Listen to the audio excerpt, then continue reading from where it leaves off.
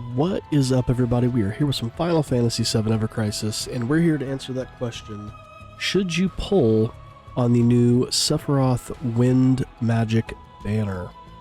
Remember, this video is going to be designed for those who are trying to figure out how to spend their crystals maybe a little bit more wisely. You don't have that infinite flow of money, you're not that big spender, or Sephiroth is not that main character for you, so you don't have to have everything of his. If you're one of those people, then by all means, pull on this banner, get the stuff you want for Sephiroth, but always make sure that you can get the costume. That's always the grand prize at the end when it comes to stuff like that. So, if you're new to the channel and you like what you see, hit the subscribe button, hit the like button, comment down below, and let's get to it. So I looked at this when it dropped last night, but it's something I still do anyways. Again, I like to look over the overall look of the outfit, and I think it looks really good. I think other people are agreeing with something that I said last night. Not that they got it from me, but it's not what I'm trying to say with that. But he looks like Raiden from Metal Gear Solid. And again, he's got like that cyborg look to him. It looks really good though. I do like the look of it. He's got this little, like, not teardrop, or I don't even know what you call it. Almost looks like an artifact the way it's done on him right here, but I'm assuming it's supposed to be like a microchip or some exposed like electronics or something like that. We got the like little daggers on the side over here. Maybe they're supposed to be pistols. I'm assuming they're daggers though. You've got the sheath back here, the saw blade for the sword, which just looks gorgeous. All this ties together really, really well. Comfy sneakers on here. High top socks. Again, overall looks really, really good. So let's start looking into the stats of things. We have the custom suit. Has physical magic ward. This is always great for when it comes to survivability. That physical and magic defense plus 15%. Always welcome. And then we have the wind spell arcanum. So somebody made a comment in the video I made on the release of this. I made a comment that it really isn't anything different than the Ever Crisis Academy ones, and they brought up a really valid point. Keep in mind, the original releases of those Ever Crisis Academy ones didn't have this added HP plus 15%. That was added in because of a screw up. So really, this would have been a step above those. So he was correct in saying that. I agree. I missed that last night when this dropped. I really wasn't thinking about that. So in theory, this should have been this next step up, if you will, for these arcanums. Like I said, the one thing that I still really wish that they would get back to is just keeping a nomenclature. I don't mind this right here. Wind spell arcanum HP plus. This tells me it's a wind. It's a wind spell arcanum, so it's wind arcanum, and it's got some HP added to it. That tells me everything I need to know. Versus if we go back to the Ever Crisis Academy banner here with like Tifa's, and we have her class president earring. That tells me jack squat about what this thing does. Oh, it's wind ability 30%. HP 15%, attack command gauge, physical ability 20%. Okay. But this right here, Wind Spell Arcanum Plus, tells me everything I need to know. So yeah, it's a little lackluster because it's not necessarily new now because of the Ever Crisis Academy screw up. But it's still a good thing. Now we'll compare this to the Wind Mastery outfit he already has, and we're talking about the decision of whether you should pull. I mean, obviously the stats are going to be better for this compared to Wind Mastery, but again, is it so good that you need to go for it? That'll be the question for those of you who already have the Wind Mastery outfit. Alright, so let's go to the serrated Rimage. So it is a magic wind weapon, base 5-star, 600 magic wind damage to a single enemy, and when your HP is 50% or more, you grant enfeeble to the enemy for 20 seconds. I like this. This is great for a DPS, because you are able to really hurt the enemy further because of this, and because you're going to be, in theory, constantly casting this, you're going to then be just re-upping that enfeeble the entire time. It's going to provide a boost to magic attack and wind potency. Your S abilities, magic attack, triangle sigil. Awesome. The one thing I'm really, really confused about, and is that this is to go along with our current event, the Angeal event, the Angeal Penance. The reason I question this is the Angeal Penance battle is Fire Ice.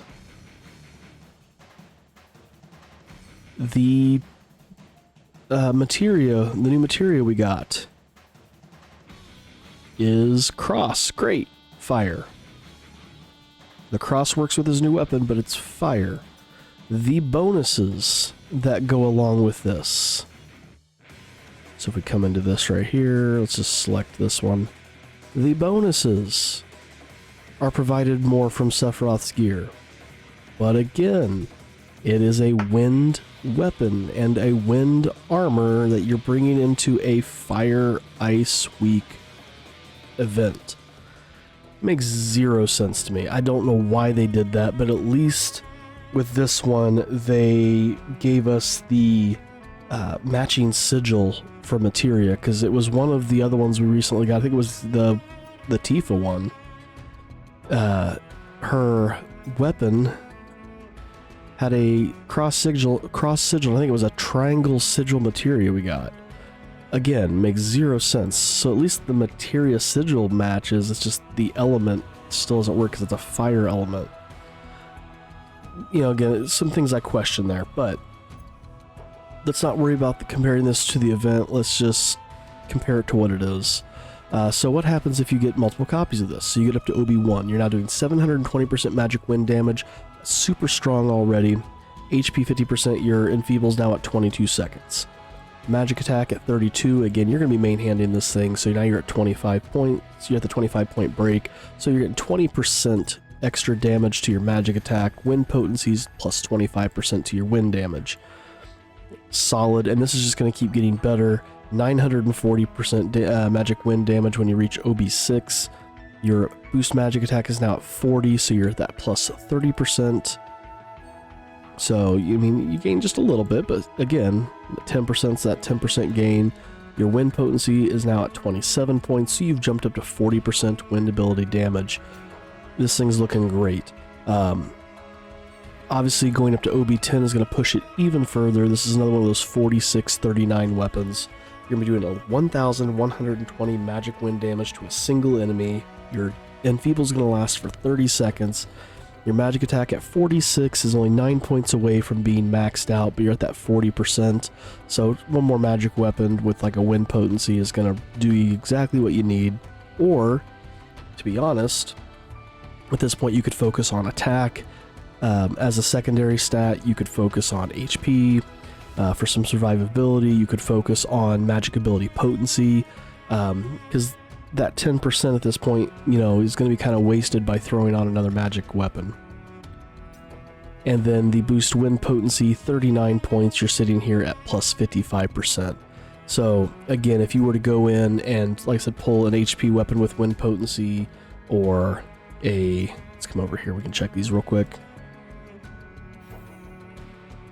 So we're going to filter out, we're going to look specifically for wind potency. So we've got here, some good choices would then be like the White Tree from the event we had earlier, Hummus Saber, Windcrest Saber. Again, these are all HP wind. We don't want any of the P attacks. We really don't want magic attack either, because like I said, let's focus on things that'll really help boost some stuff. The Apocalypse is going to boost attack and wind potency. You've got the Floral Wand, which will boost attack and wind potency. The Pulse Gun, attack and wind potency. HP and wind potency from the Prison Rod. Attack and wind potency from the Magic Shuriken. And that's about it. So unfortunately, yeah, there's not a boost ability potency, or boost magic ability potency with that. but that alone boosting the attack and your wind potency is going to do a lot. Then you could throw on another weapon that does magic ability potency to help out. Like I said, it's a solid DPS choice. This is great for Sephiroth as a DPS character. When we look at the stamp card, so the stamp card is set up for the new event. Instead of having like gil and weapon enhancement parts, we have these 11 million download gear medals. This is to allow you to pull in a new exchange down here, where you can get previous existing gear, the Edged Wings training garb, the Murasame battle garb, Shinra full dress, Electro armor, pilot's jacket. We have weapon parts for specific characters, ingots, and other upgrades. So that's going to help you for things like that. However, they do have some extra pulls in here. At pull 2, at stamp 2 I should say, sorry, you are guaranteed your first copy of the Sephiroth sword. You get a guaranteed 5-star at 4. At 6, you get a second guaranteed weapon, so at stamp 6 you have guaranteed OB1. And then unfortunately there's nothing else outside of the gear tokens here until stamp 12, where you are finally getting the actual outfit. On page 2 you got 3 more guaranteed copies. Again, not bad.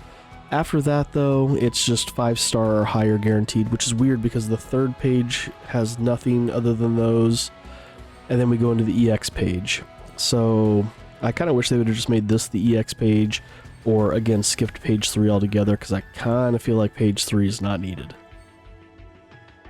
The idea of having these extra pages beyond a second page should be to either get more of that weapon, or if there is a second character with another weapon, to allow you to get other copies of even that.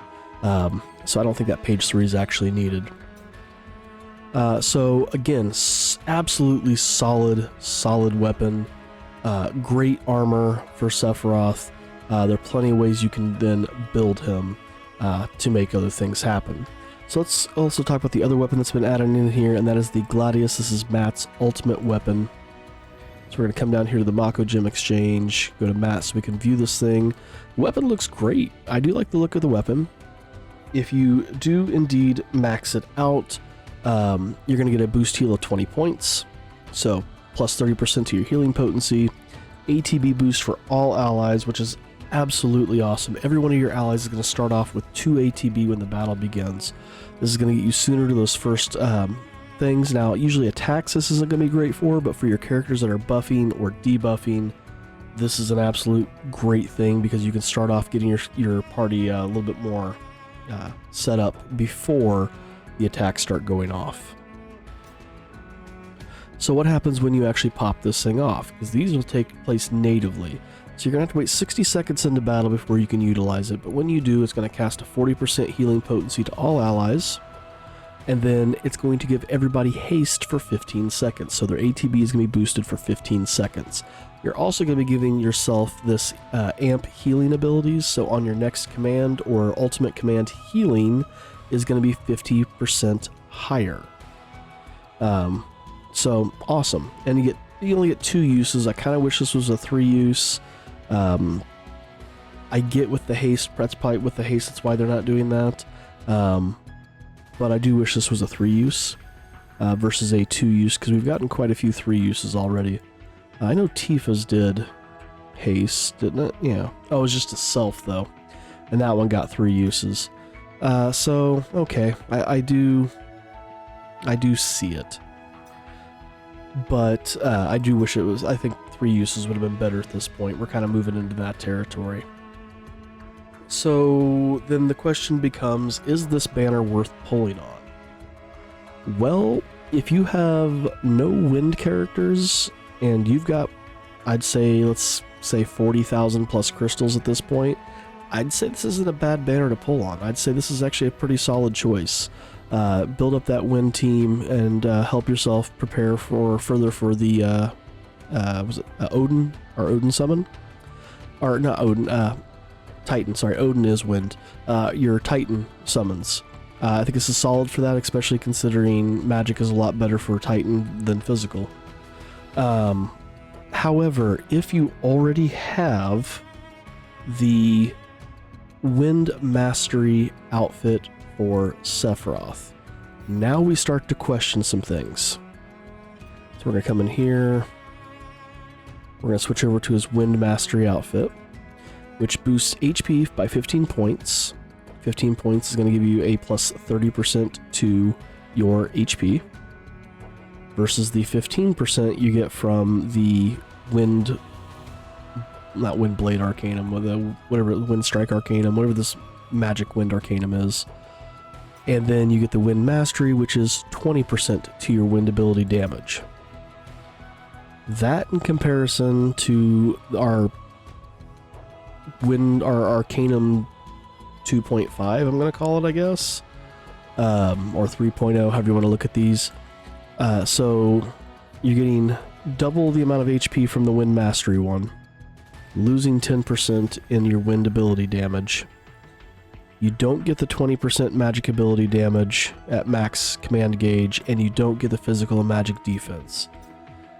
If you are already able to clear the current content, I don't think this is as necessary, especially if you've already got a solid wind team.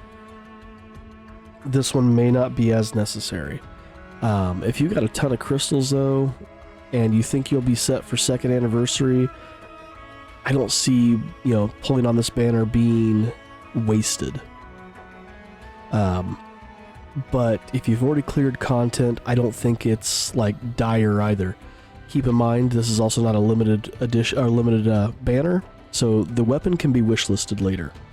Obviously, the gear will go away, but the weapon will be able to be wishlisted for later, so it's not, do or die to get that. So it's one that, unless you are in dire need for wind, honestly, I think you could probably safely pass on this. Though at the same time, I would fully get, if you want to pull on it to get the Arcanum outfit, I wouldn't pull past the first stamp card, wishlist this weapon for later. That way you've got a solid wind user for later. Even though this is really, that magic ability damage is going to be useful for magic. Even if you throw it on his physical gear, that HP plus 15, the wind ability damage plus 30, the physical and magic ward is going to be a solid thing for him to use regardless. So if you do pull on it, it's not a bad banner. I think it's a really, really good banner. But I would not be going past the first stamp card to pull. For me, I am probably going to hold off until closer to June 18th, kind of see what other things happen. Again, I'm kind of low on crystals. I still need to do the newest story that was dropped, so I'm going to get some more crystals out of that. Not a whole lot more, but I'm going to get some more. But this is one, like I said, if you need a wind character and you've got crystals, I would say pull on this. He is a solid wind character at this point. But if you've already got that solid wind team, and you don't have a lot of crystals like me right now, this is one I think you can really hold off on. If you do want to pull into it though, just to have the some extra stuff for Sephiroth, don't go past the first stamp card. I don't think it's necessary when you can wishlist this weapon in later pulls. But that's my thoughts on this banner. Let me know down in the comments below what your thoughts are on the banner. Do you agree? Do you disagree? Did I overlook some things with this weapon, or did I not look deeply enough at this weapon? Let's start that conversation. So thanks for watching, guys. We will see you in the next one.